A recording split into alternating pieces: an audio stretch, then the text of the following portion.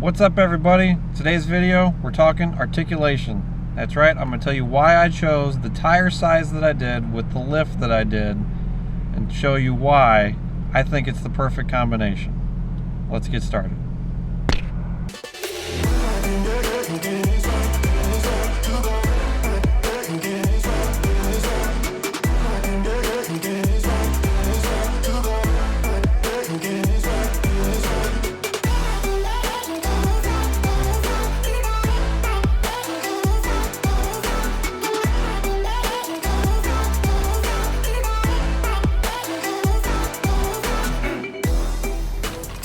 So if you haven't watched the Jeep walk around video, I'll let you know this is the 6.5 inch rough country lift with the control arm drop brackets you can see here.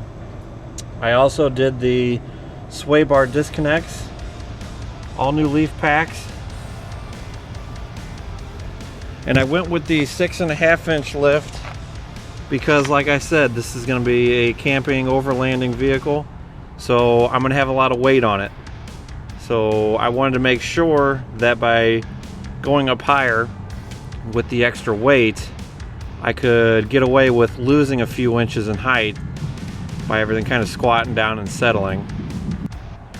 I'm running the 275/70/18 General Grabber X3 mud terrains, and I'm running factory wheel flares with no trimming.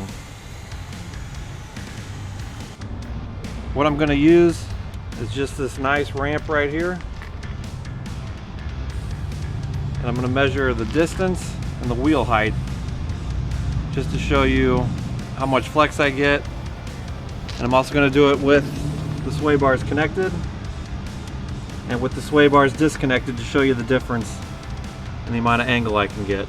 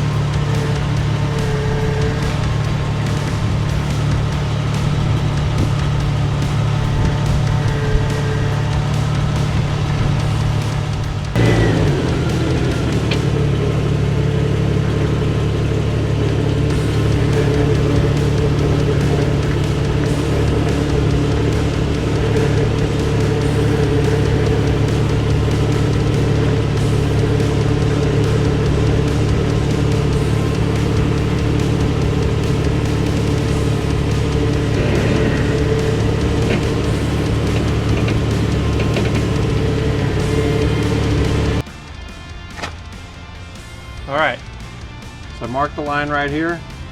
You can see back there in the back tire has just started to come off the ground, and that's 20 inches.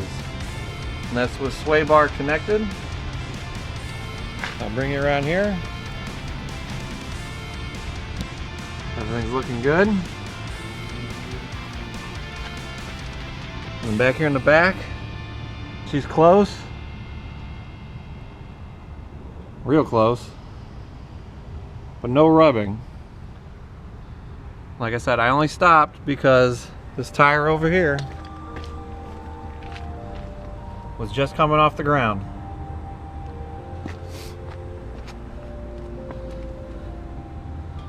Everything back here is looking good. And I've got massive amounts of room up here in the front.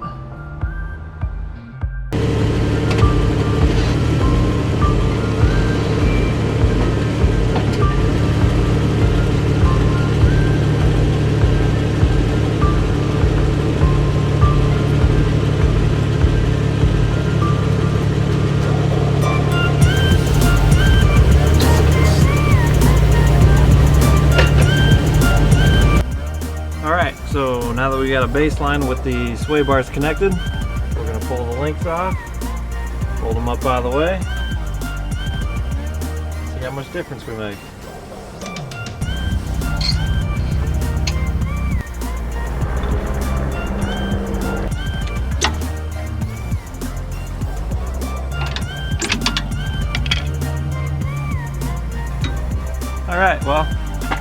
got those off.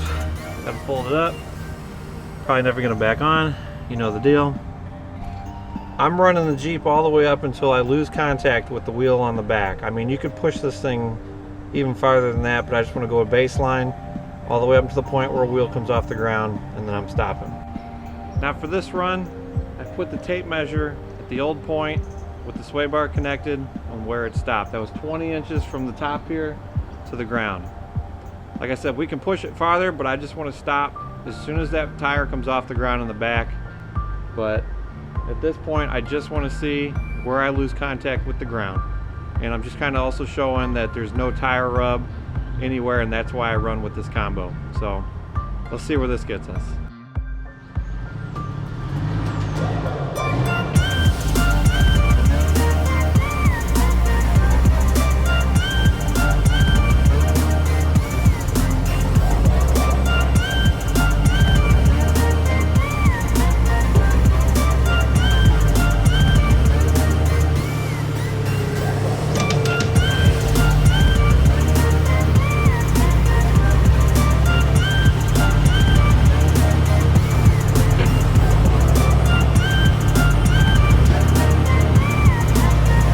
Move the camera back.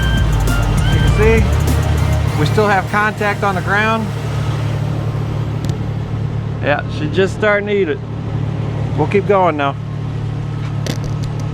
On this side here. Good. Still plenty of room back here.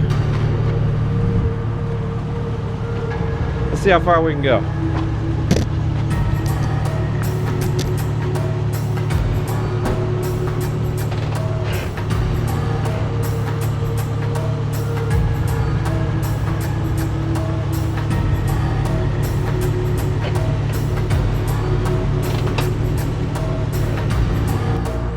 All right, you can see back tire just coming off the ground. Got my mark. That's 27.5 inches to the ground. The tire is just kind of starting to eat away at the plastic liner in there. We got good clearance up here. This side over here, you can see massive amounts of room. Everything's reaching good, brake lines are good. Come back here to the back. No rubbing. That's tucked in there pretty good. Still pretty close right there, but we're still good. I'm okay with that. Like I said here, you couldn't put a piece of paper through that.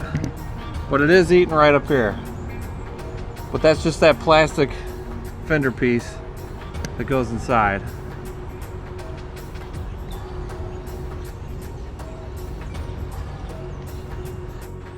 Alright, so there you go. That's why I went with the size tire that I'm running, with the lift that I'm running.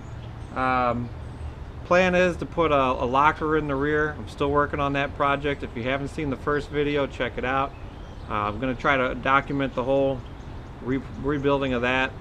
So from the original point back here, we're at 20 inches from the bottom of the tire to the ground with the sway bars connected before that back tire started to come off the ground. With the sway bars disconnected, I got 27 inches before the back tire come off the ground. Right up here in the top, you can see it's just starting to eat away at that fender.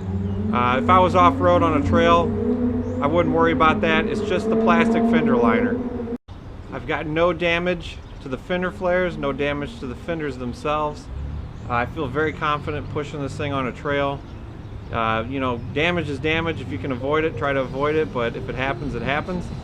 But that's why I went with the 6.5 inch lift with this size tires, because I know I can get this amount of travel out of it and do no damage. It's also very convenient for oil changes. Got tons of room under here. I need to do one. I'll do that later. It's cold outside. Let's go.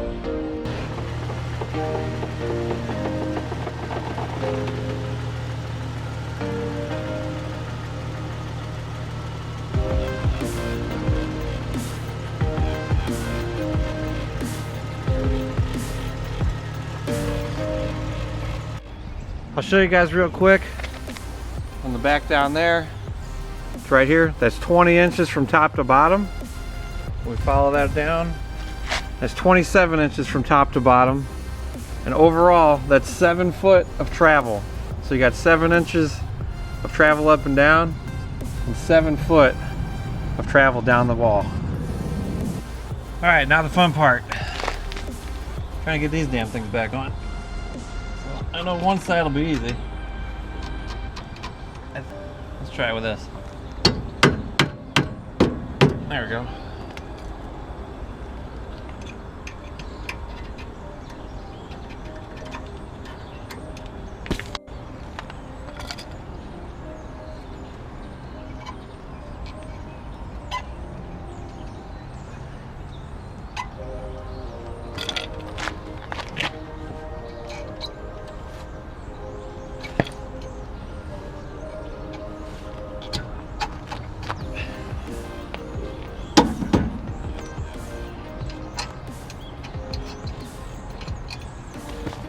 That wasn't so bad. Most of the time you spend time all beating on them and all that, trying to get them on there, so we're good. Alright everybody, that's going to do it for today's video. I hope this helped you out on picking your tire size versus your lift size. Always keep in mind, what are you planning on doing with it? If you're using it for camping and overlanding like I plan on doing, I went with a lot higher lift because I'm going to have a lot more weight with all my tools, all my gear, all my camp stuff. So I knew that it was going to squat down. I went with these tires, as you can see, because I got good articulation out of them. They don't rub too bad. Oh, I can shove it up in the fender. I don't have to trim anything. That was my main goal. I don't want to be cutting up the fenders. I don't want to lose the factory flares. I want to keep this thing as stock looking as I can, just with the lift. I mean, it's going to stick out, but it is what it is. I didn't want to have to spend the money on extra like big bushwhacker flares or nothing like that. I hope this helps you decide what tire and what size lift you want to run. If you have any questions like that, hit me up in the comments. I do check them, I do read them. There's not many of them, but I'll take as many as I can. Hey, we just hit 40 subscribers. I've got one video that's over 500 views. If you're into doing body modifications to the XJs, check out the rear quarter panel cut and fold method that I ran. These things are very well known for having a lot of rust back there, so I had to go a whole different route. And hopefully that'll help you decide what you want to do. Hit me up in the comments, like I said, I'll read them. If you guys want to see a video on something you're trying to work on, maybe I've already done it, and I'll see what I can put together for you. But that's about it. Thanks for watching, thanks for subscribing. I'll see you next week.